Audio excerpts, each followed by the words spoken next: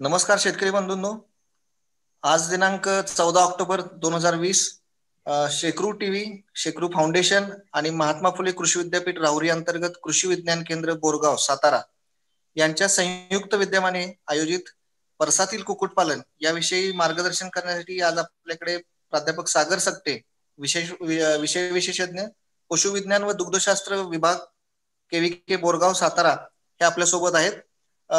आजपर्यंत आपण शेकरू टीव्ही आणि कृषी विज्ञान केंद्राने विविध विषयावरचे आपण कार्यक्रम आयोजित केलेले होते. आज आपल्याला प्राध्यापक सकटे सर हे परसातील कुक्कुटपालन याविषयी आपल्याला माहिती देणार आहेत.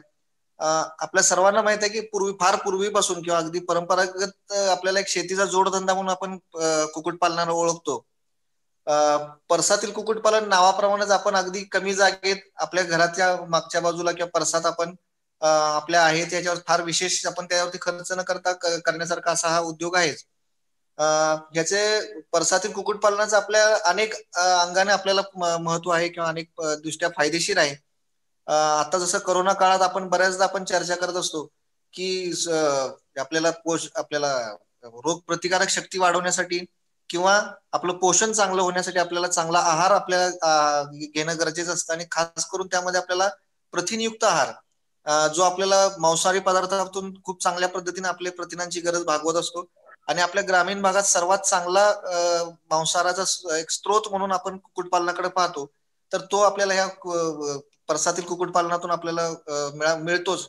याशिवाय महत्वाचं म्हणजे आपल्या ग्रामीण भागातील आपले जे काही महिला शेतकरी असतात किंवा आपल्या घरातील आपले जे काही महिला मंडळ असतात तर त्यांना एक चांगला एक जोडधंदा किंवा त्यांना 4 पैसे मिळवून देणारा घरी बसल्या एक चांगला उद्योग म्हणून देखील आपण परसातील कुक्कुटपालनाकडे पाहतो. आजच्या आपल्या व्याख्यानामध्ये प्राध्यापक सकटे सर आपल्याला याचे फायदे सांगणारच आहेत. याशिवाय मांस आणि अंडी ह्या दुहेरी उत्पादनासाठी ह्या दोन्ही उद्देशाने आपल्याला कोणत्या जाती आपल्याला उपलब्ध आहेत, उपयुक्त जाती कोणत्या आहेत, म्हणजे आपल्या देशी मधल्या सुधारित जाती कोणत्या आहेत त्याविषयी माहिती सांगणार आहेत. या परसातील कुक्कुटपालनामध्ये आपल्याला खाद्य व्यवस्थापन हा एक महत्वाचा घटक आहे की आपल्याला आपल्या उपलब्ध असणाऱ्या ह्याच्यातून आपल्याला खाद्य व्यवस्थापन कसं पद्धतीने करता येईल, आपल्याला त्यातून जास्त चांगला फायदा आपल्याला घेण्यासाठी काय खाद्य व्यवस्थापन करायला पाहिजे त्याविषयी माहिती सांगतील.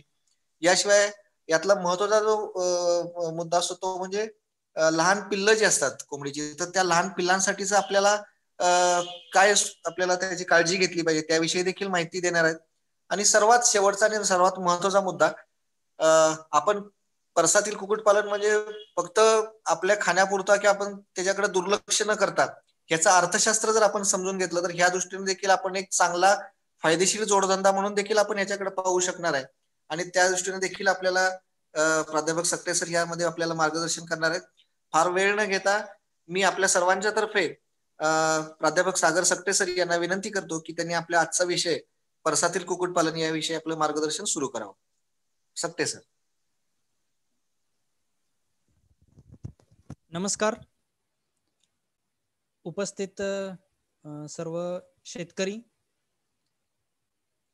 शेकरू फाउंडेशन चे प्रतिनिधी, बागल साहेब, तसेच कृषी विज्ञान केंद्र बोरगाव येथील माझे सर्व सहकारी, आज आपण परसातील कुक्कुटपालन याविषयी चर्चा करण्यासाठी एकत्रित जमलेलो आहोत.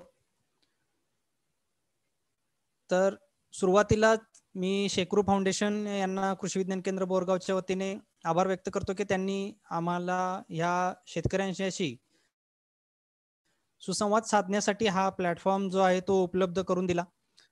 यानंतर शेतकरी बंधूंनो, शेतीसोबत जोडधंदा असावा ही जी कल्पना आहे, या कल्पनेतून किंवा याचा जास्तीत जास्त आर्थिक फायदा शेतकऱ्यांना मिळावा या उद्देशातून शेतकऱ्यांनी पूरक व्यवसायांचा जो अवलंब आहे तो जास्तीत जास्त करावा आणि त्याच्यातून नियमित उत्पन्न जे मिळणार आहे त्या दृष्टिकोनातून त्या पूरक व्यवसायांच्याकडे बघितलं पाहिजे. तर अशा दृष्टिकोनातून आपण ह्या प्रशिक्षणाचं नियोजन केलेलं आहे. तर आपण PPT जी आहे त्या PPTच्या माध्यमातून आपण या परसातील कुक्कुटपालनाचे जे महत्त्वाचे मुद्दे आहेत तर ते बघूया.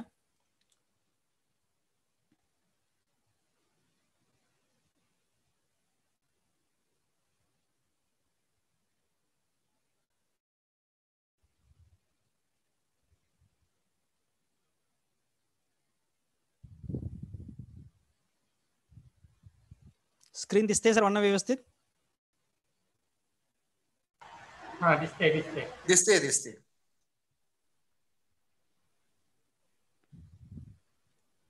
ओके. तर सुरुवातीला कुक्कुटपालन या व्यवसायाचं महत्त्व जे आहे त्याविषयी आपण थोडक्यात चर्चा करूया.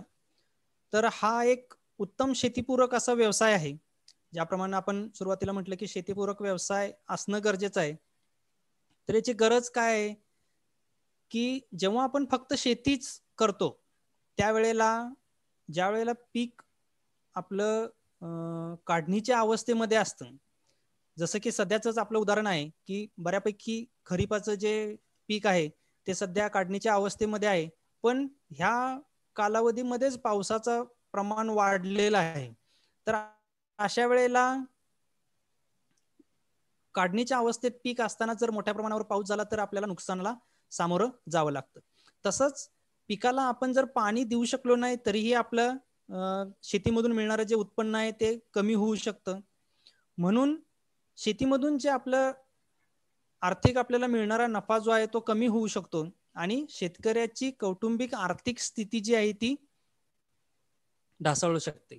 तर असं होऊ नये याच्यासाठी आपण एक पूरक व्यवसाय जो आहे तो शेतकऱ्यांनी अवलंबला पाहिजे, ज्याच्या नियमित आणि निश्चित असं उत्पन्न शेतकऱ्यांना मिळू शकेल. तर हा पूरक व्यवसाय असण्यामागचा एक आपला हेतू आहे.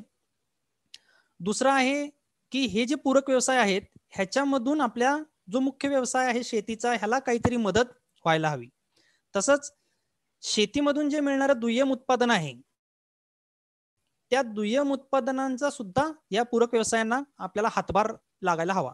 तर अशा पद्धतीनं कुक्कुटपालन जे आहे या कुक्कुटपालनामध्ये शेतीमधून मिळणारी जे दुय्यम उत्पादन आहेत, म्हणजेच जर आपण धान्य पिकं शेतीमध्ये घेत असलो तर चांगल्या प्रतीचं जे धान्य आहे ते आपण खाण्यासाठी वापरू किंवा विक्रीसाठी वापरतो.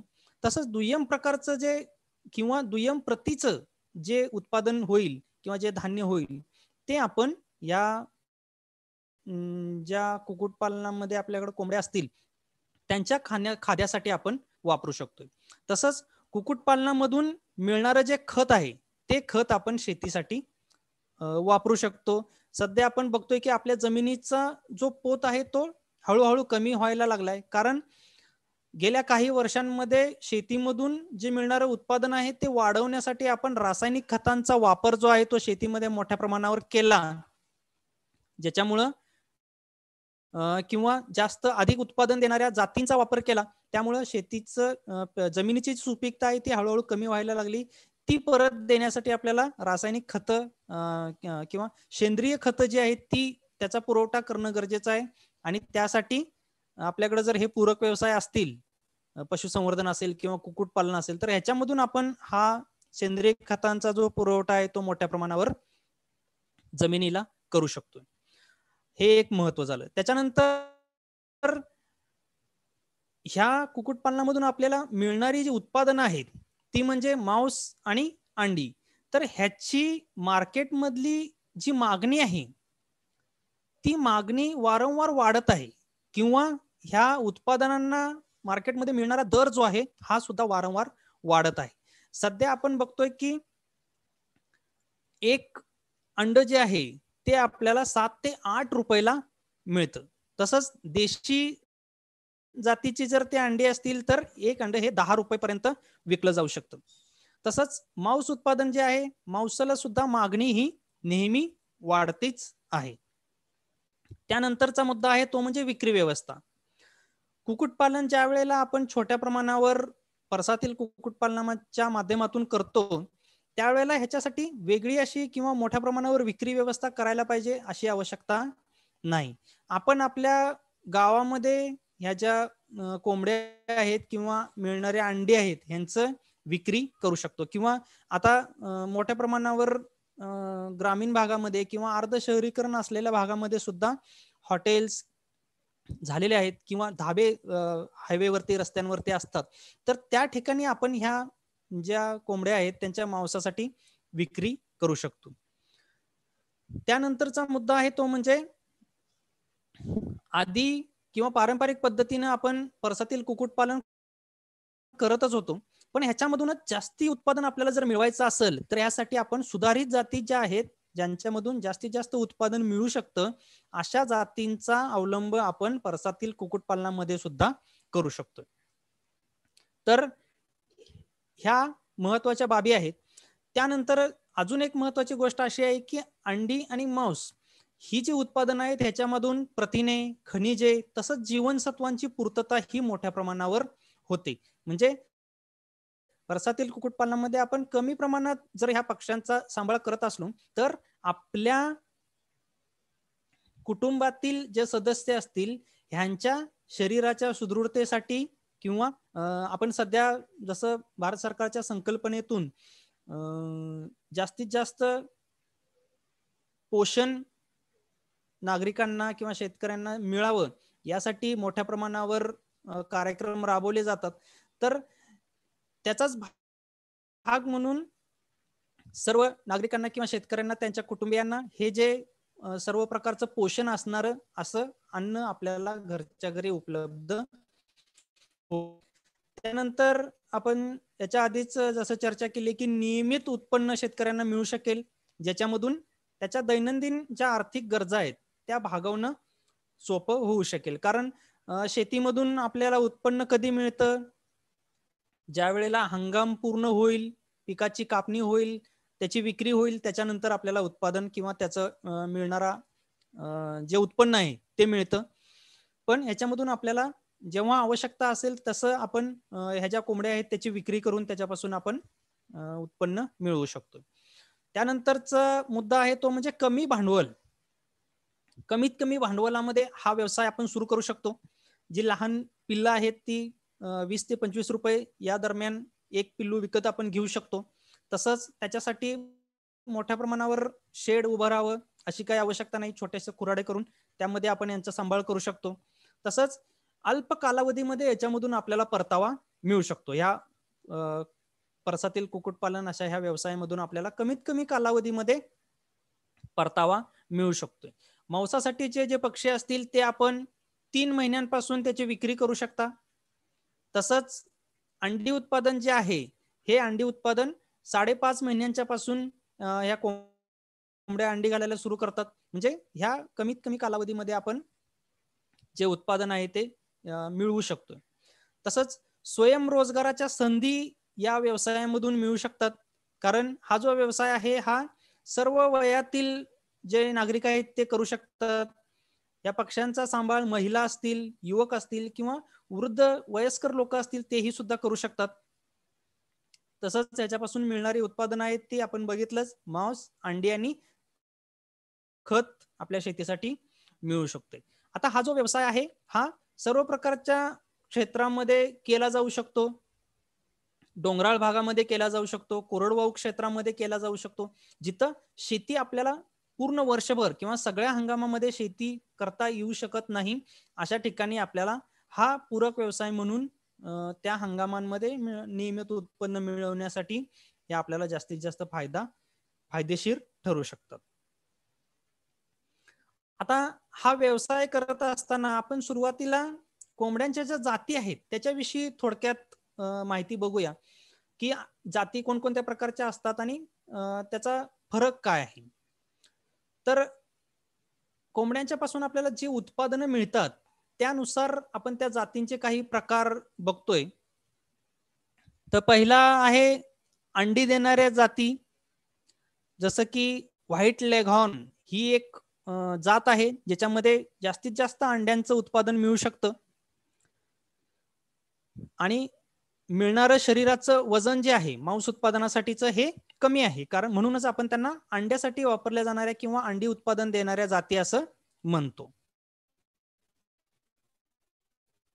त्यानंतर दुसरा प्रकार आहे तो म्हणजे मांसासाठी वापरल्या जाणाऱ्या जाती. व्हाईट रॉक ही जात आहे ज्याचं शरीराचं वजन पक्ष्यांचं जे आहे ते 3 ते 3.5 किलो पर्यंत वाढतं, पण अंड्यांचं उत्पन्न जे आहे ते कमी, त्याच्यापासून आपल्याला मिळतं 150 ते 180 अंडी फक्त मिळू शकतात. आता हा तिसरा प्रकार आहे जो म्हणजे दुहेरी वापरासाठी आपण वापरू शकणारे असे पक्षी, ज्याच्यापासून अंडी आणि मांस हे दोन्हीही उत्पादनं थोड्या थोड्या प्रमाणामध्ये आपल्याला मिळू शकतात. जसं रोड आयर्लंड रेड ही जात आहे, ज्याचं पक्ष्यांचं वजन हे 2 ते 2.5 किलो पर्यंत वाढू शकतं व अंडी उत्पादनं जी आहेत ती 200 ते 250 प्रतिवर्ष इतकी अंडी ह्या पक्ष्यांच्या पासून आपल्याला मिळू शकतात. आता ही दुहेरी वापरासाठी जे पक्षी आहेत हे पक्षी आपण परसातील कुक्कुटपालनासाठी सुद्धा वापरू शकतो. कारण याच्या आधी आपण ज्या जाती बघितल्या तर त्या जाती परदेशामध्ये आढळणाऱ्या जाती आहेत, ज्या आपण कुक्कुटपालनामध्ये आपल्या देशामध्ये सुद्धा वापरतो, पण त्याच्यासाठी आपण ज्या वेळेला मोठ्या प्रमाणावर व्यावसायिक दृष्टिकोनातून कुक्कुटपालन करतो तर त्या ठिकाणी त्याची शेडची व्यवस्था, त्याचं खाद्य, पाणी या सगळ्यांची व्यवस्था करून त्या ठिकाणी त्या जाती अवलंबता येतात. पण आपल्याला परसातील कुक्कुटपालनासाठी जर जातींची निवड करायची असेल तर आपण दुहेरी प्रकारच्या ज्या जाती आहेत त्या निवड जास्तीत जास्त शेतकऱ्यांना ते फायदेशीर ठरू शकतं. आता ह्या ज्या जाती आहेत ह्या आकाराने मोठ्या असतात, म्हणजे मांस उत्पादन सुद्धा आपल्याला त्याच्यापासून मिळू शकतं. ह्या जाती ज्या आहेत ह्या आपल्या देशी ज्या जाती आहेत ह्या देशी जातींच्या पैकी आहेत किंवा देशी जातींच्या मधून त्याच्यामध्ये सुधार करून किंवा त्याची निवड करून त्यामध्ये त्या प्रकारामध्ये बनवले गेलेले आहेत. तसंच ह्या जातींची रोगप्रतिकारक शक्ती जी आहे ही रोगप्रतिकारक शक्ती चांगली आहे आणि ह्या सगळ्या मुद्द्यांमुळे आपण परसातील कुक्कुटपालनासाठी ह्या जाती वापरू शकतो. ह्या जाती परसातील कुक्कुटपालनासाठी योग्य अशा आहेत. आता ह्या कोणकोणत्या जाती आहेत तर रोड आयलंड रेड बघितली तर त्या पक्षी त्याची पिस शरीराची जी आहेत ती काळ्या रंगाची असतात आणि तुरा लाल असतो. त्याच्यानंतर गिरिराज ही एक जात आहे जी आपण सध्या बघतोय मोठ्या प्रमाणावर खेडेगावापर्यंत पोहोचत आहे.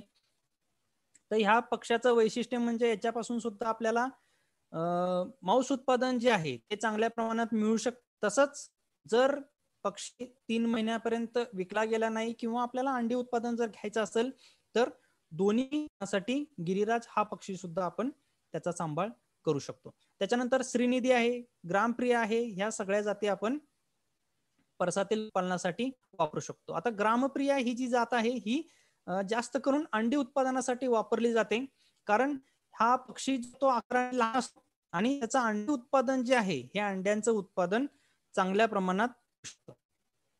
त्यानंतर हा आहे कडकनाथ जातीचा पक्षी. ह्याचा आपण मुद्दामून ह्याच्यामध्ये आपल्या सादरीकरणामध्ये अंतर्भाव केला आहे. काही दिवसांपूर्वी आपल्याकडे याच्यामध्ये मोठ्या प्रमाणावर गेल्या काही दिवसांमध्ये शेतकऱ्यांनी याचा अवलंब केला, पण खूप मोठ्या किमतीला तो पक्षी विकला जावा असं शेतकऱ्यांनी अपेक्षा न ठेवता आपण जर परसातील कुक्कुटपालनामध्ये ह्या जातीचाही अवलंब जर केला तरी त्यालाही आपल्या बाकीच्या ज्या जाती आपण आता बघितल्या त्याच्या इतकंच खाद्य आणि त्याच्या इतकाच खर्च लागतो. ठीक आपल्या शरीरासाठी महत्व आहे ते चांगल्या पद्धतीचं आहे, त्यामुळं ह्या जातीचाही आपण अवलंब करू शकतो आणि आपल्या बाकीच्या ज्या देशी जाती आहेत किंवा भारतीय जाती आहेत त्याच्या सारखंच त्याचं संगोपन करून आपण हा व्यवसाय सुद्धा करू शकतो.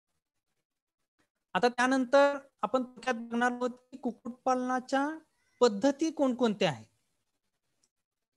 म्हणजे कुक्कुटपालन कोणकोणत्या पद्धतीनं केलं जातं.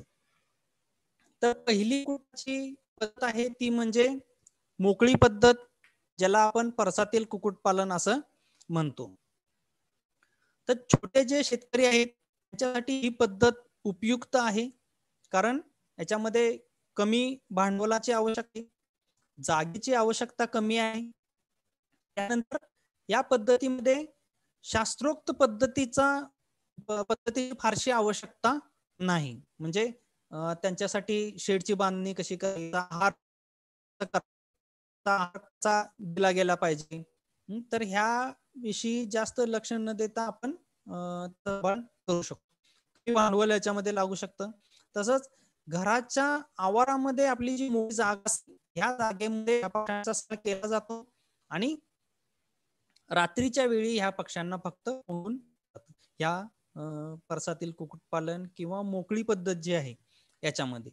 तर ह्या पद्धतीचा तोटा किंवा याच्यामध्ये आपल्याला जे लिमिटेशन आहे ते असं आहे की प्रमाणशीर खाद्य, पाणी आणि औषधं जी आहेत ती आपण ह्या पद्धतीमध्ये देऊ शकत नाही. तर अशा पद्धतीनं ज्या वेळेला आपण आपल्या अंगणामध्ये ह्या पक्ष्यांचं संगोपन करतो तर त्यावेळेला आपण त्यानुसार दुय्यम प्रकारचं उपलब्ध असेल ते आपण त्याला खायला आपण या आपल्या अंगणामध्ये अशा पद्धतीनं देऊ शकतो.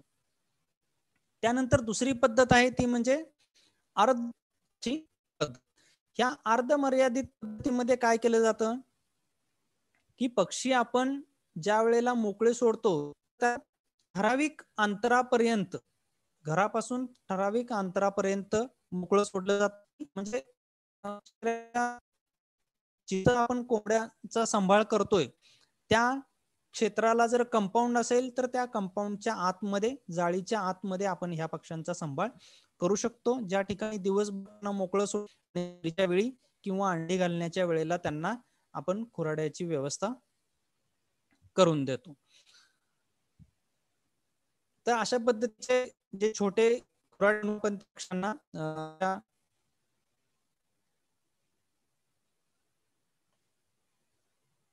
शेडची जी आहे करू शकतो.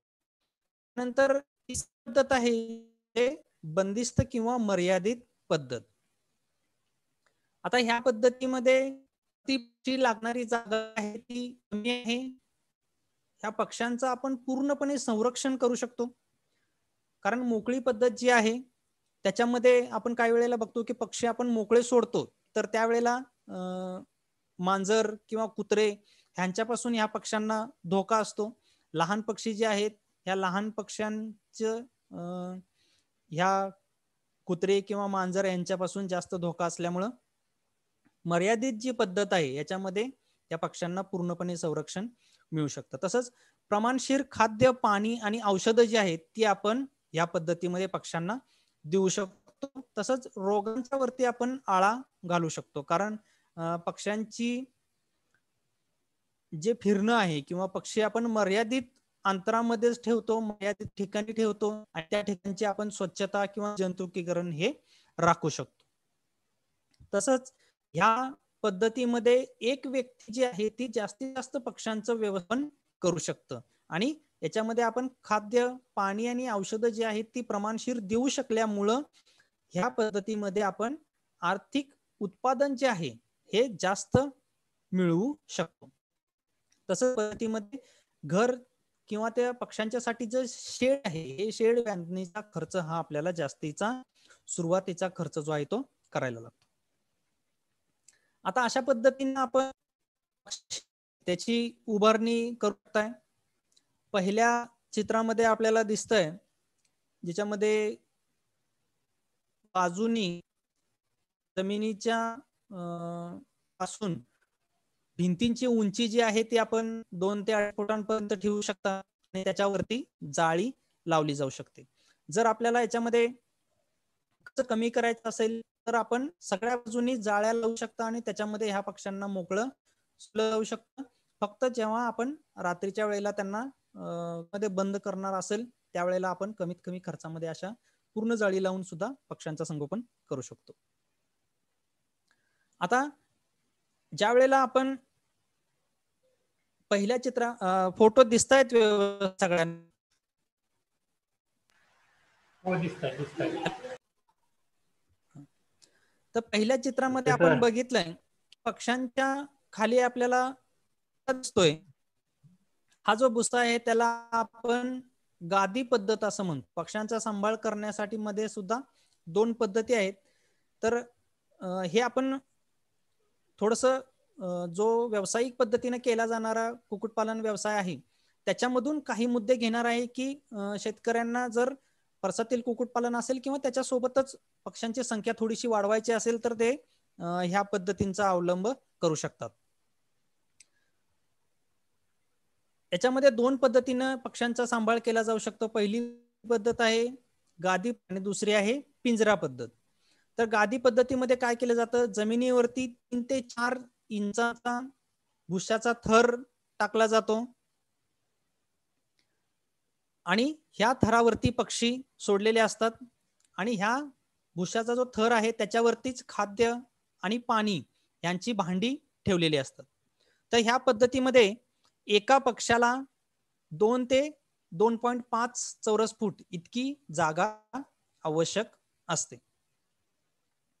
पक्षाची विष्ठा जी आहे तो पक्षी नेहमी ह्या गादीवरती किंवा ह्या भुशाच्या थरावरतीच ठेवलेला असल्यामुळं ती विष्ठा जी आहे ती पूर्ण ह्या भुस्यामध्ये मिसळल्यामुळे हे चांगल्या पद्धतीचं एक खत आपल्या शेतीसाठी मिळू शकतं. आता याच्यामध्ये काळजी काय घ्यायची आपल्याला, की हा जो थर आहे हा आपल्याला नेहमी कोरडा ठेवणं आवश्यक आहे.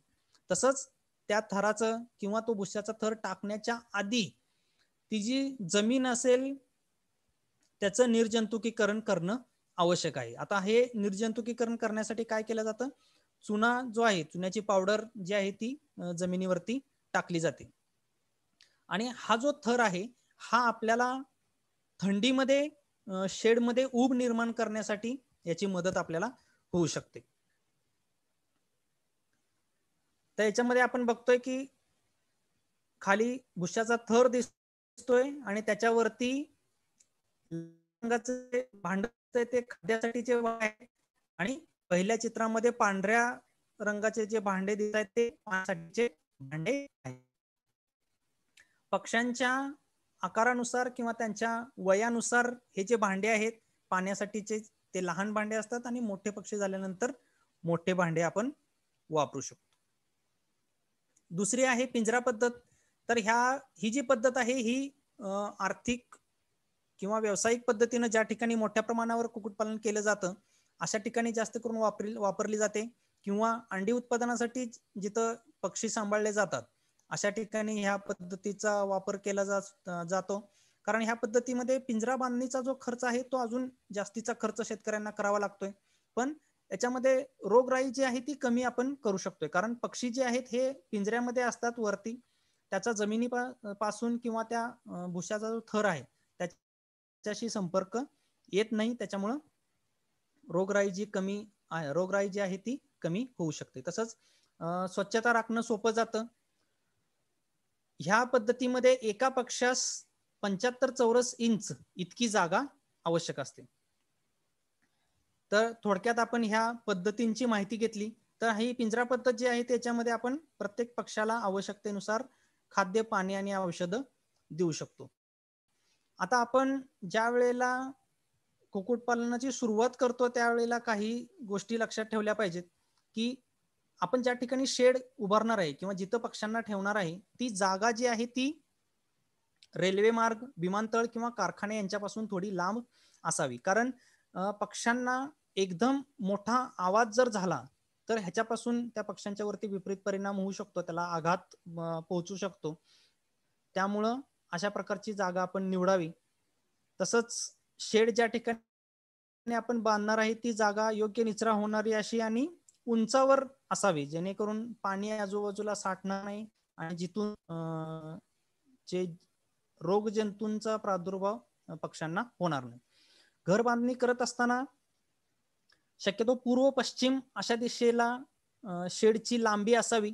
कारण दक्षिणोत्तर जर लांबी ठेवली तर सूर्यप्रकाश जो आहे तो दिवसभर सूर्यप्रकाश आपल्या शेडमध्ये पडेल आणि ज्याच्यामुळं पक्ष्यांच्या शरीरावरती डायरेक्ट जर सूर्यप्रकाश पडला तर पक्ष्यांना त्याच्यापासून हानी होऊ शकते किंवा तापमान जे आहे ते शेडमधलं खूप जास्त वाढू शकतं. म्हणून आपण पूर्व पश्चिम अशा प्रकारची घराची बांधणी करावी, शेडची बांधणी करावी. शेडमध्ये योग्य सूर्यप्रकाश असावा, हवा खेळती राहावी याची आपली दक्षता घ्यायला पाहिजे. लांबी जी आहे ती आवश्यकतेनुसार आपण ठेवू शकता. लांबी जी आहे ती फक्त 30 ते 35 फुटांच्या पर्यंतच ठेवावी. छप्पर जे आहे ते दुपाके असावं जेणेकरून पाणी साठणार नाही आणि भिंतींच्या बाहेर हे जे छप्पर आहे ते 4 फूट असावं जेणेकरून पाऊस जर जोरात आला किंवा वेडावाकडा आला तरी त्या जाळ्यांच्या मधून पाऊस आतमध्ये येऊ नये याची आपण काळजी घेतली पाहिजे. तसंच स्वच्छता ही कुक्कुटपालनामधली एक महत्वाची बाब आहे. ज्या वेळेला आपण गादी पद्धतीनं हा व्यवसाय करतोय त्यावेळेला गादी जी आहे ती प्रत्येक लॉट नंतर आहे त्यानंतर कीटकनाशकांची फवारणी जी आहे ती वेळोवेळी करायला हवी. तसंच जीवाणूंचा शिरकाव जो आहे तो आपल्या शेडमध्ये रोखण्यासाठी आपण बाहेरून आपल्या शेडमध्ये येतोय किंवा आपण ज्या ठिकाणी ठेवले त्या ठिकाणी जातोय त्यावेळेला आपले पाय जे आहेत ते द्रावणामध्ये किंवा चुन्याची पावडर जी आहे त्याच्यामध्ये पाय बुडवून मगच आतमध्ये गेलं पाहिजे. आता त्यानंतरचा मुद्दा आहे तो म्हणजे साठी दिलं जाणारं खाद्य. अंडी उत्पादनासाठी जे पक्षी सांभाळले जातात तर त्यांना 3 टप्प्यांच्या मध्ये खाद्य दिलं जातं.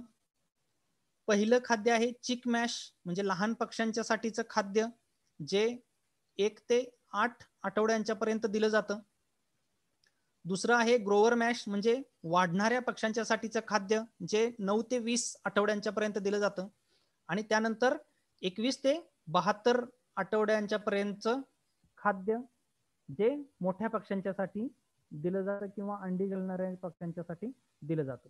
अशा पद्धतीनं एका पक्षासाठी साधारणतः वर्षभरामध्ये 35 ते 40 किलो इतकं खाद्य आवश्यक आहे. त्याच्यानंतर मांस उत्पादनासाठी जे पक्ष्यांचा सांभाळ केला जातो तर त्या पक्ष्यांना 1 ते 4 आठवड्यांपर्यंत स्टार्टर मॅश म्हणजे पहिल्या टप्प्याचं सुरुवातीचं खाद्य दिलं जातं. नंतर 5 ते 8 आठवड्यांच्या पर्यंत फिनिशर मॅश किंवा दुसऱ्या टप्प्याचं जे खाद्य आहे ते दिलं जातं. आता परसातील कुक्कुटपालनामध्ये आपण जसं म्हटलं की पक्षी हे मांसासाठी 3 महिन्यांच्या नंतर त्याची विक्री केली जाऊ शकते. याचं कारण असं आहे की ज्या वेळेला व्यावसायिक दृष्टिकोनातून पक्षी शेडमध्ये सांभाळले जातात त्यांना हे खाद्य दिलं जातं त्यावेळेला 45 दिवस ते 2 महिन्यांपर्यंत त्याची आपण विक्री करू शकतो. पण परसातील कुक्कुटपालनामध्ये आपण 3 महिन्यांपर्यंत त्याचा सांभाळ करून जे अपेक्षित वजन जे आहे ते मिळवून त्याची आपण विक्री करू शकतो. तर साधारणतः या पक्ष्यांना 5 किलो इतकं खाद्य आवश्यक असतं. त्यानंतरचा मुद्दा आहे तो म्हणजे लसीकरण.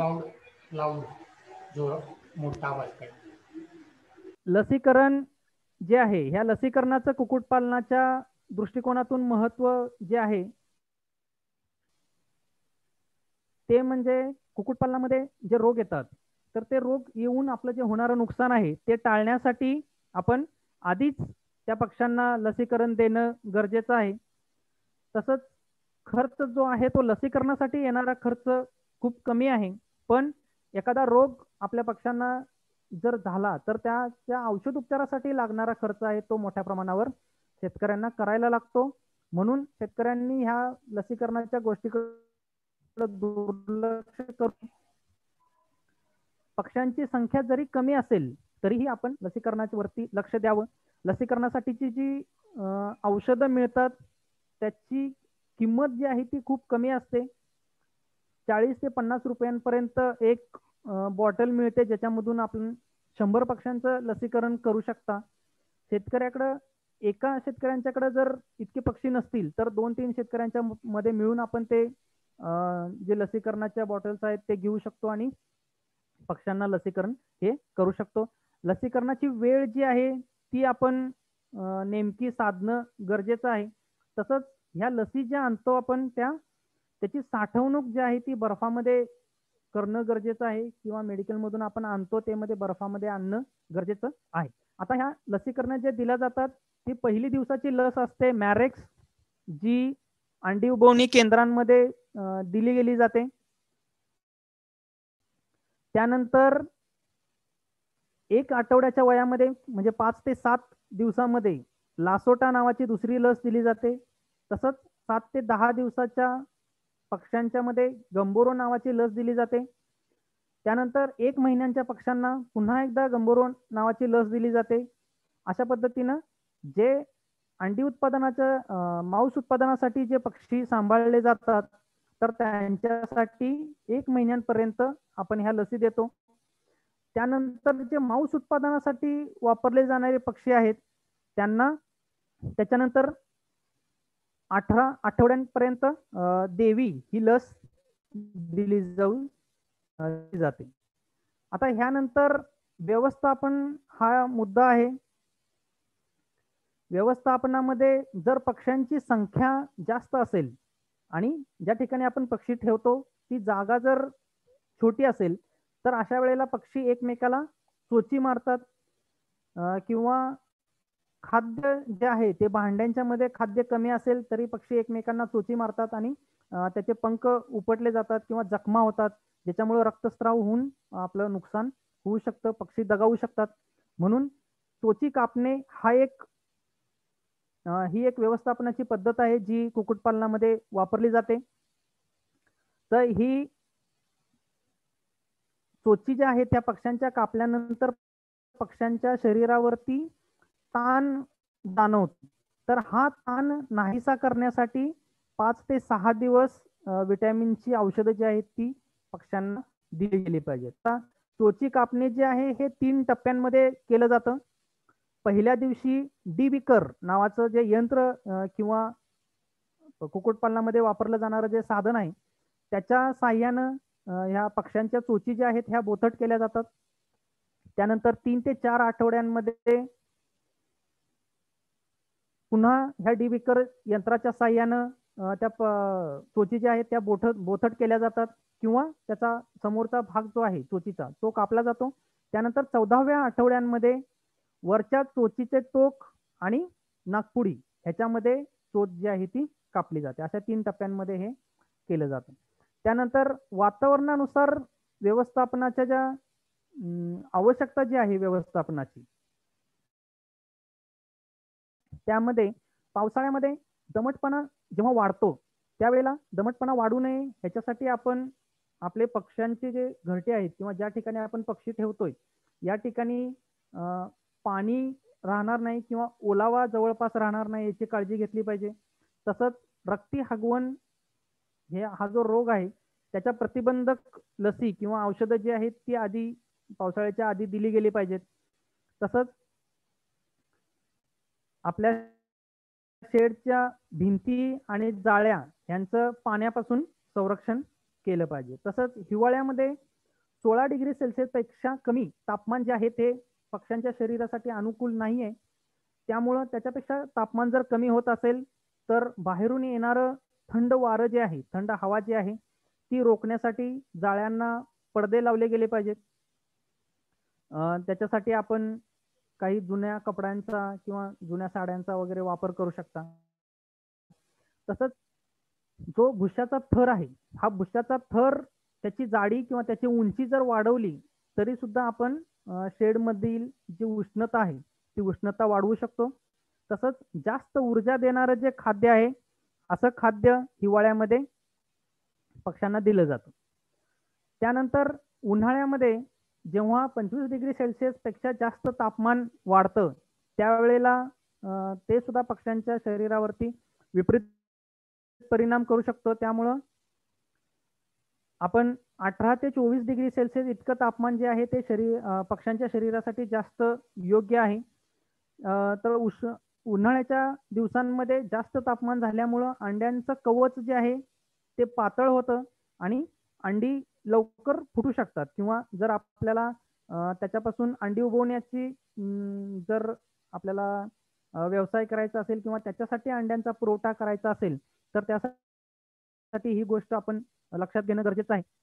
बाहेरून येणारा उष्ण वारं जे आहे त्याला आपण अटकाव केला पाहिजे. पाण्याचं योग्य प्रमाण पक्ष्यांना दिलं गेलं पाहिजे. तसेच गादीचा थर जो आहे भुश्याचा थर जो आहे तो आपण कमी केला पाहिजे. तसंच उन्हाळ्याच्या दिवसांमध्ये पक्ष्यांच्या खाद्यामध्ये प्रथिनांचं प्रमाण जास्त असावं आणि ऊर्जा देणारे जे घटक आहेत त्याचं प्रमाण कमी असावं या पद्धतीनं खाद्याची व्यवस्था केली गेली पाहिजे. त्याच्यानंतर आहे पक्ष्यांच्या मधील ताण. ज्यावेळेला आपण पक्षी खरेदी करून आणतो हॅचरीमधून अंडी उबवून केंद्रामधून जेव्हा पक्षी आणले जातात खूप अंतरांपर्यंत वाहतूक होते किंवा लसीकरण केलं जातं चोची कापल्या जातात तर ह्या गोष्टींच्या मुळे पक्ष्यांच्या मध्ये ताण निर्माण होऊ शकतो त्याच्या शरीरामध्ये. तर ह्या ताण निर्माण झाल्यामुळं पक्ष्यांच्या शरीराची वाढ जी आहे उत्पादन जे आहे ते खुंटू शकतं कमी होऊ शकतं. म्हणून 100 पक्ष्यांच्या साठी 5 मिली इतकं अजीवनसत्व पाण्याच्या माध्यमातून पक्ष्यांना दिलं जातं. आता कलिंग हा जो मुद्दा आहे हा म्हणजे मोठ्या प्रमाणावर व्यावसायिक दृष्टिकोनातून ज्या वेळेला कुक्कुटपालन केलं जातं तिथं अनुत्पादक जे पक्षी आहेत त्यांचं वेळीच आपण ते पक्षी काढून टाकतो, ज्याच्यामुळं खाद्यावर होणारा खर्च कमी केला जातो. आता मोल्टिंग हा सुद्धा एक मुद्दा आहे ज्याच्यामध्ये हेतूस पुरस्कर पक्ष्यांना फोर्स्ड मोल्टिंग म्हणतो आपण, म्हणजे पिसं गाळली जातात पक्ष्यांची औषधोपचाराने आणि काही कालावधीनंतर पुन्हा त्याची पिसं येतात आणि पुन्हा पक्षी उत्पादन देऊ शकतात.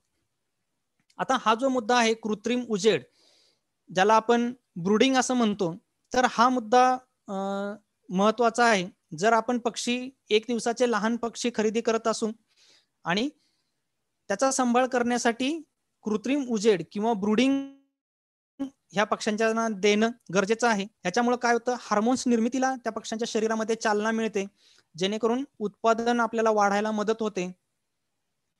दिवसभराच्या 12 तासांच्या व्यतिरिक्त उन्हाळ्यामध्ये 4 तास आणि हिवाळ्यामध्ये 6 तास जास्तीचा उजेड जो आहे तो आपल्याला कृत्रिम प्रकारे ह्या पक्ष्यांना द्यावा लागतो. तर याच्यासाठी 40 वॅटचा बल्ब आपण जर वापरत असू तर 10 फुटांच्या अंतरांनी हे जे बल्ब आहेत त्या ब्रूडरच्या साहाय्याने लावायला हवेत. आणि लहान पक्षी जे आहेत त्यांच्यासाठी सुरुवातीचा 1 ते 1.5 महिना जो आहे ह्या कालावधीमध्ये आपण त्यांना पूर्णपणे कंटिन्यू ब्रूडिंग हे दिलं गेलं पाहिजे. आता हे जे ब्रूडर आहेत हे लोखंडी पत्र्याचे किंवा बांबूच्या सालींच्या पासून आपण बनवू शकतो किंवा काही तयार आपल्याला ब्रूडर सुद्धा मिळू शकतात, ज्याच्यामध्ये बल्ब लावण्याची सोय त्या ठिकाणी केलेली असते. आता तापमान जे आहे ते हवामानानुसार आपल्या शेडमधील तापमान नियंत्रण करण्यासाठी ह्या ब्रूडरची उंची जी आहे ती आपण कमी जास्त करू शकतो. ज्या वेळेला तापमान जास्त असेल त्यावेळेला हे ब्रूडर थोडे उंच घेतले जातात, तसंच तापमान कमी होईल त्यावेळेला ब्रूडर हे पक्ष्यांच्या जवळ घेतले जातात. त्यानंतर शेतकरी कुक्कुटपालन करत असतानाच अंडी उबवण्याचा एक व्यवसाय सुद्धा ते आपल्या कुक्कुटपालनाच्या व्यवसायासोबत करू शकतात. कारण सध्याच्या कालावधीमध्ये आपण बघतोय की पक्ष्यांच्या विक्रीमधून जास्तीत जास्त नफा आपल्याला मिळवू शकतोय, शेतकरी मिळवू शकतात. तर हे अंडी उबवणी आपण 2 प्रकारे करू शकता. कोंबड्यांच्या माध्यमातून सुद्धा अंडी उबवणी केली जाऊ शकते. तर याच्यामध्ये आपल्याला काय काळजी घ्यायची आहे की निरोगी व चांगल्या पद्धतीने खुडूक झालेल्या अशा कोंबड्या निवडल्या पाहिजेत आणि एका कोंबडी खाली 15 ते 25 इतके अंडी फक्त ठेवायचे आहेत. ते पण त्या पक्ष्यांचं वय आणि वजनानुसार आपण हे ठरवायचं आहे. तसंच अंडी जी आहेत ही कमीत कमी 2 दिवस आणि जास्तीत जास्त 7 ते 8 दिवस इतकी शिळी अंडी आपण फक्त ह्या अंडी उबवण्यासाठी वापरू शकतो. 2 दिवसाच्या आतली आणि 8 दिवसाच्या नंतरची जी अंडी आहेत ती उबवण्यासाठी शक्यतो वापरू नयेत. आता दुसरी पद्धत आहे ती मशीनद्वारे जर अंडी उबवणी आपण करणार असो तर याच्यामध्ये जी अचूकता आहे ती आपल्याला चांगली मिळू शकते, म्हणजे जास्तीत जास्त आपल्याला पिलं त्या अंड्यांच्या पासून मिळू शकतात. कारण ह्या मशीनमध्ये तापमान, आर्द्रता ही आपण आवश्यकतेनुसार आपण कंट्रोल करू शकतो. त्यामुळं मशीनच्या साह्यातून आपण स्वच्छता आणि निर्जंतुकीकरण करणं सुद्धा सोपं जाऊ शकतं. म्हणून आपण मशीनच्या साह्यानं जर अंडी उबवणी करत असलो तर अजून जास्त फायदा शेतकऱ्यांना मिळू शकतो. हे जे मशीन आहेत हे 100 अंड्यांच्या पासून ते 5000 किंवा त्याच्यापेक्षा जास्त कॅपॅसिटीचे मशीन सध्या मार्केटमध्ये उपलब्ध आहेत.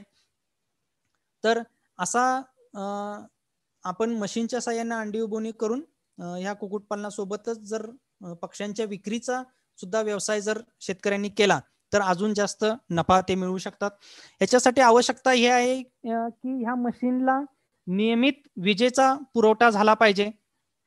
इतके आपण याच्यामध्ये फक्त बाब लक्षात ठेवली पाहिजे.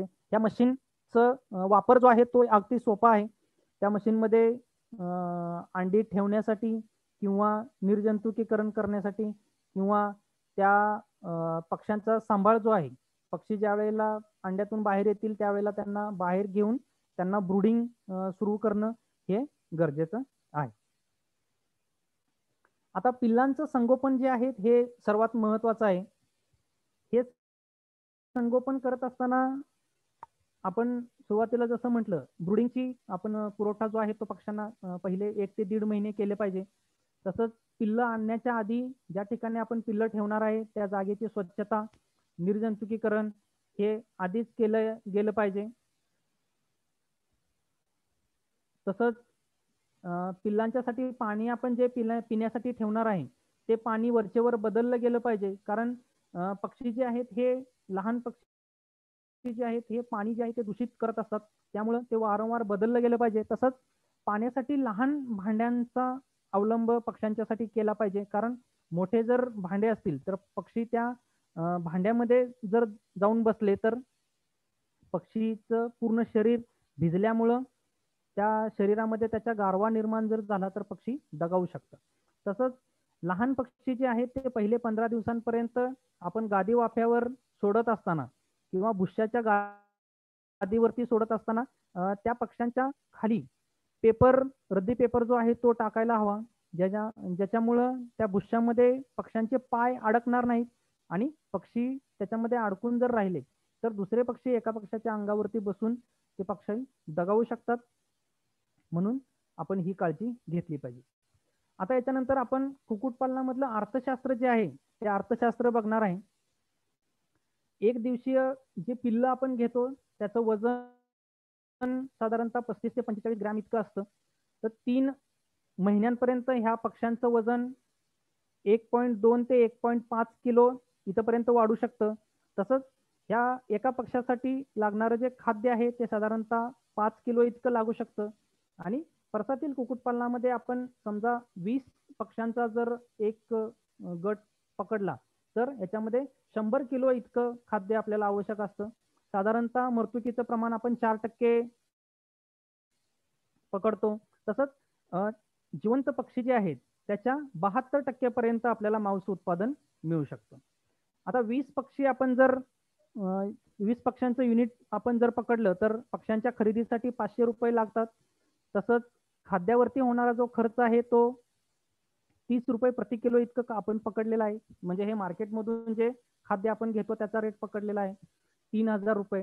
हेच खाद्य आपण जर घरच्या घरी दुय्यम प्रकारचं धान्य वापरत असलो तर हा खर्च अजून कमी होईल. तसंच औषधोपचारासाठी 100 रुपये, लाईट व पाणी याच्यासाठी 100 रुपये. अशा पद्धतीनं 20 पक्ष्यांच्यासाठी 3700 इतका खर्च पक्ष्यांना होऊ शकतो. तसंच 100 पक्ष्यांच्या मध्ये 4 पक्ष्याची मृत्यूक आपण पकडले त्या प्रमाणात 20 पक्ष्यांच्या पैकी 1 पक्ष्यांचा मृत्यूचं आपण जर प्रमाण पकडलं तर 19 पक्ष्यांची विक्री आपण 400 रुपये दराने जर केली तर आपल्याला 7600 इतका उत्पादन मिळू शकतं, ज्याच्यामधील 3900 हा फक्त निव्वळ नफा आहे. त्यानंतर अंडी उत्पादनासाठी जे पक्षी सांभाळले जातात तर साधारणतः 175 ते 180 दिवसांपर्यंत पक्षी अंडी घालायला सुरू करतात. अंड्यांचं जे वजन आहे ते 45 ते 60 ग्रॅम इतकं अंड्याचं वजन मिळू शकतं. वार्षिक अंडी उत्पादन जे आहे ते कमीत कमी आपण 120 ते 140 इतकं अंडी उत्पादन आपल्याला या सुधारित जातींच्या पासून मिळू शकतं. 20 पक्ष्यांचा आपण जर युनिट पकडलं तर एका वर्षामध्ये आपल्याला 2600 अंडी मिळू शकतं. सफल अंड्यांचं प्रमाण जे आहे ते ह्या सुधारित जातींच्या मध्ये 90 ते 95% आपल्याला मिळू शकतं. तसंच उबवणुकीसाठी आपण जर हे अंडी वापरली तर उबवणुकीचं प्रमाण जे आहे ते 82 ते 87% मिळू शकतं. आणि पक्ष्यांना अंडी उत्पादनासाठी जे पक्षी आहेत त्यांच्यासाठी लागणारं खाद्य जे आहे ते एका पक्षासाठी 40 किलो इतकं लागू शकतं. पक्ष्यांची खरेदी जी आहे ती 500 रुपये, त्याच्या खाद्यावरचा खर्च 24,000, त्यानंतर औषधोपचाराचा खर्च 500 रुपये, लाईट आणि पाण्याचा खर्च 500, असं एकूण 20 पक्ष्यांच्यासाठी आपल्याला 25,500 इतका खर्च लागू शकतो. तसंच अंड्यांच्या पासून मिळणारं जे उत्पादन आहे ते आपल्याला 26,000 इतकं उत्पादन मिळू शकतं. त्यानंतर हे जे पक्षी आहेत ते अंडी उत्पादनानंतर आपण त्याची विक्री सुद्धा करू शकतो आणि त्याच्यापासून आपल्याला 7,600 इतकं उत्पादन मिळू शकतं.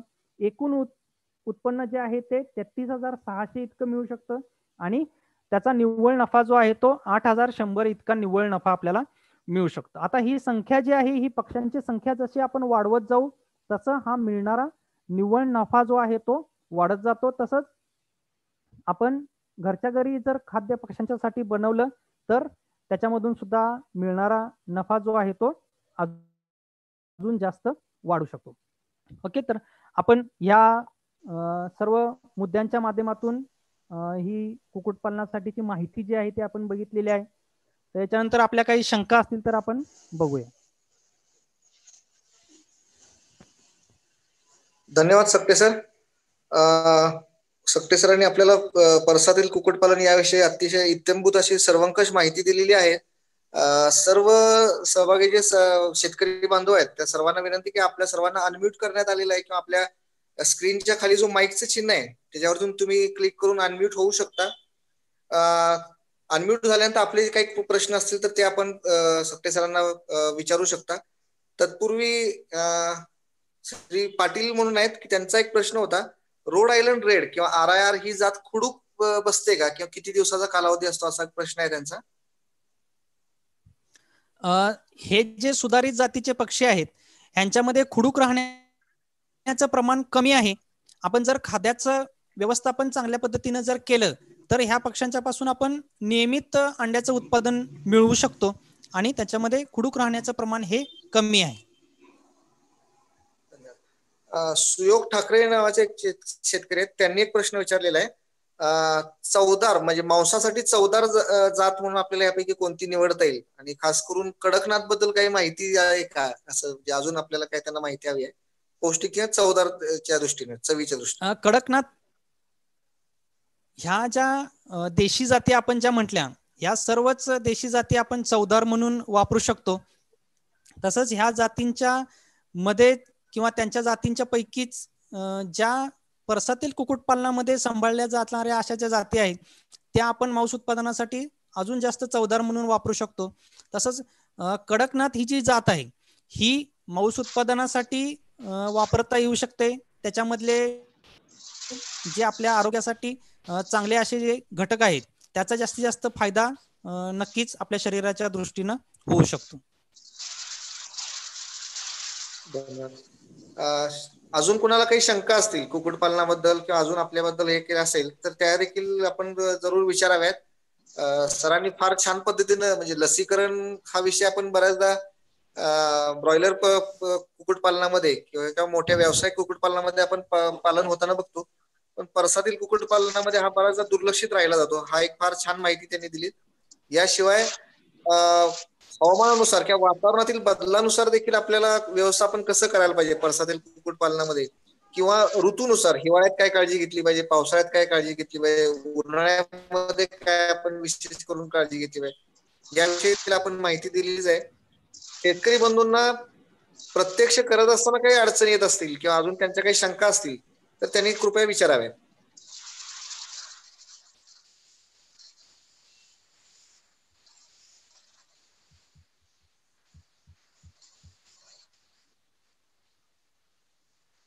नाही आहेत शंका बहुतेक. अच्छा, ठीक आहे. कुणाच्या शंका नसतील तर आपण कार्यक्रमाच्या पुढच्या ह्याच्याकडे वळूयात. मी डॉक्टर महेश बाबर सर यांना विनंती करतो. थांबा प्रश्न आहे कोणाचा तरी विचारा. कोणतरी हॅलो विचारा, कोण विचारतंय का? हॅलो सर, कुक्कुटपालनासाठी आपल्याला पक्षी कुठून उपलब्ध होतील? पक्षी तुम्ही शासकीय अंडी उबवण केंद्र आहेत आपल्या सातारा जिल्ह्याच्या जवळ पुणे आणि कोल्हापूर या 2 ठिकाणी शासकीय अंडी उबवण केंद्र आहेत, ज्याच्यामध्ये जास्त संख्या तुम्हाला आवश्यकता असेल तर तिथून मिळू शकते. तसंच आमच्या इथं कृषी विज्ञान केंद्र बोरगाव या ठिकाणी सुद्धा अंडी उबवण केंद्र आहे, पण त्याची कपॅसिटी कमी आहे. छोट्या प्रमाणात आम्ही शेतकऱ्यांना उपलब्ध करून देतो. तसंच काही खाजगी अंडी उबवण केंद्र सुद्धा आहेत, त्यांच्याकडून सुद्धा तुम्हाला ह्या पक्ष्यांचा पुरवठा होऊ शकतो. जर तुम्हाला शासकीय मधून घ्यायचं असेल तर किंमत त्याची 20 रुपये 50 पैसे इतका आहे आणि खाजगी जे अंडी उबवणी केंद्र आहेत त्याच्यामध्ये तुम्हाला 25 रुपयाच्या दरम्यान हे पक्षी मिळू शकतात. आणि कडकनाथची जात भेटेल का? आणि आपल्याकडं त्याच्यासाठी काय नोंद करायला लागत असते का सर? कडकनाथ सध्या आमच्याकडे उपलब्ध नाहीये. आमच्याकडे गिरिराज वनराज जातीचे पक्षी उपलब्ध होतात आणि त्याच्यासाठी पूर्व नोंदणी आवश्यक आहे. तर तसं त्याच्यासाठी तुम्ही आमच्या कार्यालयाशी संपर्क साधून पूर्व नोंदणी करून पक्षी मिळू शकतात. त्याच्यासाठी फॉर्म सर काही ऑनलाईन फॉर्म करता येते? नाही, कसं आहे, 1 महिन्यापूर्वी आपण त्याची नोंदणी किंवा थोडस आगाऊ शुल्क जर ऑफिसमध्ये येऊन भरलं तर त्यानुसार आम्ही शेतकऱ्यांना पुरवठा करू शकतो. ठीक आहे सर, ओके, थँक्स. हॅलो हा हॅलो हा बोला. हा बोला सर. सर यवतमाळ विदर्भामध्ये यवतमाळ जिल्ह्याचं वातावरण सूट राहील का पोल्ट्रीसाठी? हो हो, राहू शकतं. कारण त्याच्यामध्ये आमच्याकडे 48 ह्या डिग्री आरामशीर जाते. हो हो, अशा वातावरणात तर सूट आपण होते. उन्हाळ्यामध्ये जे काळजी घ्यायची. हा बोला. हॅलो हॅलो, बोला ना सर. हा, तर याच्यामध्ये आपण उन्हाळ्यामध्ये ज्या मुद्दे बघितले, उन्हाळ्यामध्ये जी काळजी घ्यायची आहे त्याच्यानुसार पक्ष्यांना पाण्याचा पुरवठा आपण योग्य प्रमाणात दिला गेला पाहिजे. तसंच जे जास्त ऊर्जा देणारे खाद्य जे आहेत ह्या खाद्यांच्या वरती आपण योग्य प्रमाणात दिलं गेलं पाहिजे आणि प्रथिनांचा पुरवठा ह्या पक्ष्यांना चांगल्या पद्धतीने होईल याच्याकडे जर लक्ष दिलं आणि जर आपण तापमान जे आहे शेड मधलं ते नियंत्रित करण्यासाठी जाळ्यांच्या मधून बाहेरून येणारं जे उष्ण वार आहे ते थांबवण्याचा प्रयत्न केला. तसंच शेडच्या वरती जर पत्रे असतील तर ह्या पत्र्यांच्या वरती आपण गवत किंवा जे आपल्या शेतीमधून मिळणारं जे टाकाऊ पदार्थ आहेत ते त्याचं आच्छादन जर आपण ह्या पत्र्यांच्या वरती केलं तर आतमध्ये शेडमध्ये असणारं तापमान जे आहे ते आपण नियंत्रित करू शकतो. तर ह्या गोष्टी आपण जर यांचा अवलंब केला तर आपण करू शकतो कुक्कुटपालन. धन्यवाद सर.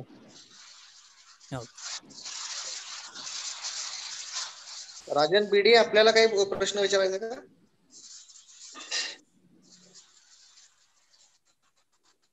राजन भिडे, हात वरती केलाय तुम्ही. सर मध्ये मध्ये लिंक फुटत होते, कळायला नाही. पक्ष्यांची जातची माहिती पाहिजे होती. गावठी हॅलो, गावठी जाती कुठल्या चांगल्या? म्हणजे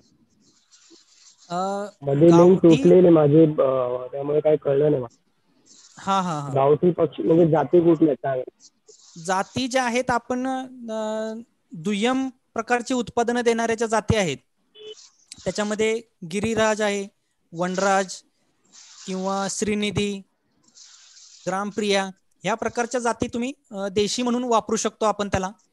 तसंच RIR आहे म्हणजे रोड आयर्लंड रेड, ह्या ज्या सगळ्या जाती आहेत ह्या आपण परसातील कुक्कुटपालनासाठी वापरू शकतो. त्याचे रोगप्रतिकारक शक्ती चांगली आहे.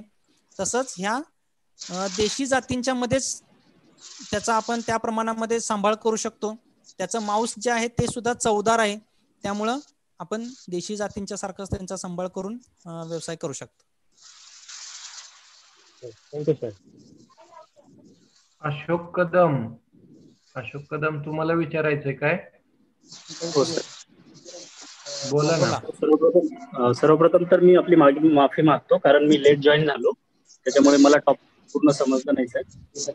तर माझा क्वेश्चन हा होता, जसं आम्ही विदर्भ साइड मध्ये वर्धा आणि यवतमाळ मध्ये काम करतो एका फाउंडेशन अंतर्गत, आणि आम्ही लोकांना फार्मिंग जो आपला कन्सेप्ट आहे परसबागेतील कोंबडी पालन या कन्सेप्टवर काम करतो आणि यामध्ये 50 कोंबड्या देऊन आपण त्यांच्याकडे परसबागेतील कुक्कुटपालन स्टार्ट करतो. यासाठी सर आम्हाला काही व्हरायटीची गरज आहे, जसं RIR सांगितले तुम्ही, त्याच्यानंतर रामप्रिया, गिरिराज, वनराज. तर या कोंबड्या सर आम्हाला आपल्या माध्यमातून कुठे मिळू शकतील? तर तुमच्या भागामध्ये पशुसंवर्धन विभागचं कार्यालय जिथं असेल त्या ठिकाणी तुम्ही शासकीय अंडी उबवण केंद्राची माहिती घेऊ शकता. हॅलो, हा सर, हा ते झालं एक मात्र.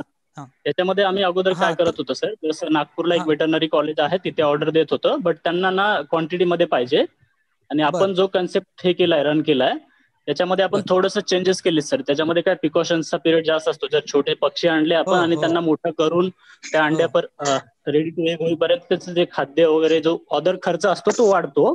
त्याच्यामुळे आपण पक्षी 2 महिन्याचे ऑलरेडी जे झालेले असतील, 2 ते 3 महिन्याचे असे पक्षी प्रिफेअर करतो आणि ते शेतकऱ्यांना प्रोव्हाइड करतो. मग त्याच्यामध्ये त्यांचे 2-3 गोष्टी मेजरली म्हणजे कॉस्ट कमी होण्यासाठी मदत होते. जसं फीडची कॉस्ट असेल आणि सुरुवातीच्या काळामध्ये जे मरण्याचे चान्सेस असतात पक्षाचे ते कमी होतात. त्याच्यामुळे आपण थोडं याच्यामध्ये टेक्निकल पार्ट थोडासा जोडला ऍडिशनल याच्यात. तर मग आम्हाला रेडी टू एग जसं की 2-3 महिन्याचे पक्षी, 4 महिन्याचे पक्षी असे जर पाहिजे असतील तर आपल्याकडून काही मदत होईल का? नाही, आमच्याकडून तरी आम्ही मोठे पक्षी नाही सध्या विकत आहे. 1 दिवसाचेच पक्षी आम्ही विकतो. आणि याच्यामध्ये तुम्ही एक असं करू शकता की एखादा जर थोडासा ऍक्टिव्ह शेतकरी जर असेल तर त्याच्या ठिकाणी बाकीचे पक्षी जे आहेत ते एका ठिकाणी ठेवून ते आपण 2 महिन्यानंतर बाकीच्या शेतकऱ्यांना वाटू शकता. म्हणजे आम्ही 2 वर्षापूर्वी असाच एक प्रयत्न केला होता की ज्या वेळेला शेतकऱ्यांना लहान पक्षी देण्याच्या ऐवजी त्याच गावामध्ये एका शेतकऱ्याजवळ हे सगळे पक्षी जे आहेत लहान ते ठेवले आणि त्यांचा 1 महिन्यांपर्यंत सांभाळ करून त्यानंतर आम्ही ते बाकीच्या शेतकऱ्यांना डिस्ट्रीब्यूट केले. तर असा सुद्धा एक प्रयत्न तुम्हाला करता येईल. हो सर, नक्की. आम्ही या कन्सेप्टवर पण काम केलंय. जसं एखाद्या शेतकऱ्याकडे ज्याच्याकडे पूर्ण टेक्निकल गोष्टीसाठी म्हणजे टेक्निकली करू शकेल स्ट्रॉंगली असं त्याच्याकडे मदर नर्सरी चालू केली आणि तिथे पक्षी मोठे करत होतो आणि तिथून ते ज्यांना पाहिजे त्यांना हे करत होतो, पोस्ट करत होतो. बट याच्यामध्ये काही गोष्टी टेक्निकली असल्यामुळे त्याच्यामध्ये आम्ही कमी पडलो असेल किंवा काही चुका झाल्या असेल त्याच्यामुळे ते मरण्याचे चान्सेस पक्ष्यांचे जास्त होते. मग यासाठी आम्हाला जर काही टेक्निकल गायडन्स पाहिजे असेल नंतर कधी भविष्यात तर तुम्ही आम्हाला मदत करू शकता का सर? हो. जसं आता व्हर्च्युअल तुम्ही ट्रेनिंग अरेंज केलं, याच पद्धतीचं जर आम्ही ऍग्री एंटरप्रेन्योरशिप मॉडेलवर काम करतो आणि आमच्यासोबत जवळपास वर्धा आणि यवतमाळमध्ये 300 लोकांचा ग्रुप आहे येईनचा, ज्या की ऑलरेडी MSRLM चे कॅडर आहेत पूर्ण. त्याच्यासाठी जर आपल्याला स्पेशली एक ट्रेनिंग सेमिनार अरेंज करू शकतो तर एक चांगलं होईल सर. हो चालेल ना, करू. चालेल सर. चॅट बॉक्स मध्ये तुम्ही तुमचा नंबर शेअर करून द्या सर, मग मी तुम्हाला त्याच्यानंतर कॉल करून घेईल कधी. हो चालेल. Okay, thank you sir. Thank you sir. Latur, Parbhani ह्याच्या आसपास कुठं भेटतील का पक्षाचं काही सोर्सेस? आता तिथंच तुम्हाला शासकीय अंडीव बोन केंद्राशीच संपर्क साधावा लागेल. किंवा तुमच्या जवळपास जिथं सरकारी जनावरांचा दवाखाना असेल तर ते तुम्हाला सांगू शकतील की आपल्या जवळपास कुठं तुम्हाला हे उबवणी केंद्र आहे ते. ठीक आहे. ओके सर, त्यांना एक घरगुती अंडी उबवणी केंद्राचं पण आयडिया द्या की थोडी. आता घरगुती अंडी उबवणी केंद्र जे आहेत हे म्हणजे शेतकऱ्यांनीच हा एक प्रयत्न केलेला आहे की थर्मोकॉलचे जे बॉक्स आहेत तशा थर्मोकॉलच्या बॉक्स बनवून त्याच्यामध्ये हे अंडे जे आहेत ते खाली ठेवले जातात भुस्सा टाकून त्याच्यावरती, आणि त्याच्यामध्ये बल्ब जो आहे आपला साधे बल्ब जे असायचे आधी गोल तसे बल्ब लावले जातात आणि त्याच्यामधून उष्णता त्या अंड्यांच्या वरती पुरवली जाते आणि त्याच्यामध्ये एक छोटस थर्मल सेन्सर जो आहे तो सेन्सर बसवला जातो ज्याच्यामुळे आपल्याला त्या बॉक्सच्या आतमध्ये जे तापमान आहे ते किती तापमान आहे ते कळू शकतं. अशा पद्धतीनं काही शेतकऱ्यांनीच हा प्रयत्न केलेला आहे ज्याच्यामध्ये आपण मगाशी जसं बघितलं की पिल्लं मिळण्याचं जे प्रमाण आहे ज्याची हॅचेबिलिटी जी आहे ते आपण 80 ते 85% म्हणतो, इतकं त्याच्यामधून नाही मिळू शकत पण 70-75% त्याच्यामधून पिल्लं मिळतात. तर असा प्रयत्न सुद्धा आपण करून बघू शकतो. फक्त त्याच्यामध्ये काय आवश्यक आहे की अंडी जी आपण ठेवलेली आहेत त्यांना वारंवार थोडंसं हलवलं पाहिजे. जे अंडी उबवणीची यंत्र जे आहेत त्याच्यामध्ये ट्रे ठेवलेले असतात, त्या ट्रे मध्ये मोशनचं किंवा ट्रे हलण्याची सुविधा उपलब्ध करून दिलेली असते. तर तसं आपण जर घरच्या घरी असे जर बनवले युनिट तर त्याच्यामध्ये अंडी हलवणं फक्त आपलं, आणि शेवटचे जे 3 दिवस आहेत या शेवटच्या 3 दिवसांमध्ये ह्युमिडिटी जास्त असणं गरजेचं आहे. साधारणतः 70 ते 75% ह्युमिडिटी शेवटच्या 3 दिवसांमध्ये लागते, म्हणजे 18 19 आणि 20-21 ह्या दिवसांमध्ये. तर तेव्हा आपण थोडंसं पाणी त्याच्यामध्ये ठेवून किंवा ओला कपडा ठेवून आपण ती ह्युमिडिटी त्याच्यामध्ये मिळवू शकतो आणि हॅचिंग करता येऊ शकतं.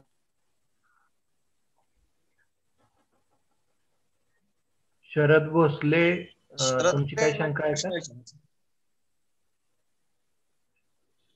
शरद भोसले. हा, नमस्कार सर. हा बोला. हा बोला. सातारवरून बोलतोय. तर माझा प्रश्न असा आहे की आपल्या इथं शेतकऱ्यांना थोडं आहे ना फसवणूक जास्त होती पिल्लं वगैरे घेताना किंवा काय करताना. हा, तर त्यासाठी आपल्याला तुमच्याकडूनच जर पिल्लं भेटली तर चांगलं होईल. कारण बाहेर जे दुसऱ्याकडून आम्ही हॅचरीतून पिल्लं आणतो ते लोक पिल्लं व्यवस्थित देत नाहीत आणि त्याचं व्यवस्थापन पण व्यवस्थित आम्हाला सांगत नाही. त्यामुळे लसीकरण आम्ही वेळेवर करत नाही. तर मला वाटतं इथून पुढं तुमचं मार्गदर्शन मिळावं आम्हाला. हो, मार्गदर्शन मिळेलच. तसंच पक्ष्यांची उपलब्धता जी आहे ती आपण आधी जसं म्हटलं तसं आमच्याकडं जे अंडी उबवण केंद्र आहे त्याची कॅपॅसिटी कमी असल्यामुळं थोड्याफार प्रमाणात आम्ही शेतकऱ्यांना पुरवतो. बरोबर. आणि हॅलो सर, अशी काय लिमिट आहे का एवढी पक्षी घ्यायलाच पाहिजे की असं? नाही, तसं म्हणजे मॅक्सिमम लिमिट नाही. कमीत कमी आपण एका शेतकऱ्यांना 20 ते 50 इतकेच पक्षी देतो. म्हणजे 300 ची कॅपॅसिटी आहे आमची. तर त्याच्यात जास्तीत जास्त शेतकऱ्यांना मिळावं यासाठी आम्ही एका शेतकऱ्याला 20 ते 50 पिल्लं देतो. Hello hello. हा बोला. सर, 100 अंडी उगवणीसाठी मशीनसाठी किती खर्च येतो? म्हणजे जे ऑटोमाइज्ड किंमत किती किंवा आहे? हा पूर्ण तयार म्हणजे आपण काय म्हणतो त्याला यांत्रिकदृष्ट्या जे मशीन मिळतं ज्याच्यामध्ये सर्व सोयी असतात असं जे मशीन आहे ते साधारणतः 100 कॅपॅसिटीचं मशीन आहे ते साधारणतः आपल्याला 20 ते 25 हजारापर्यंत मिळू शकतं. सर, त्याच्यामध्ये किती दिवस लागतात एक हे पूर्ण 21 सायकल 21 दिवस होण्यासाठी? लागतात. 21 दिवस लागतात. 21 दिवस. ठीक आहे, धन्यवाद. हो हो, धन्यवाद सर. हो, ओके.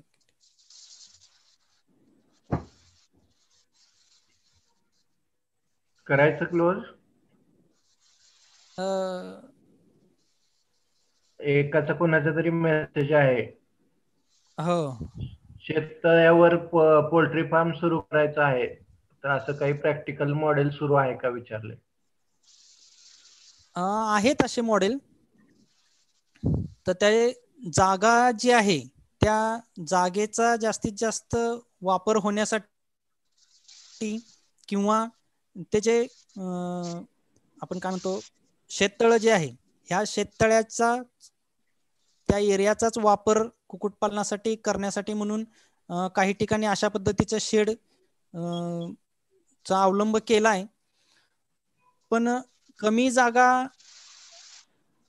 कमी जागेमध्ये आपण पक्ष्यांचं व्यवस्थापन करू शकतो किंवा जर आपल्याकडे जागेची उपलब्धताच एकदम हाच जर मुद्दा महत्वाचा असेल तर आपण अशा पद्धतीनं शेततळ्यावरती सुद्धा करू शकतो. पण त्या पक्ष्यांच्या मध्ये आजूबाजूला ह्युमिडिटी जर जास्त होते, कारण शेततळ्यावरती ज्या वेळेला आपण शेड उभारतो किंवा पक्षी ठेवतो तर त्यावेळेला पाण्याचं बाष्पीभवन जास्त प्रमाणात त्या भागामध्ये होत राहतं आणि ह्युमिडिटी जी आहे ती त्या भागातली वाढून त्याच्यामध्ये थोडंसं आपल्याला कष्टदायक होऊ शकतं.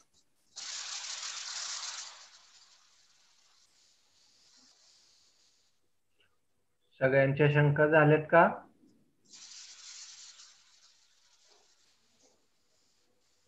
झालेत मला वाटतंय.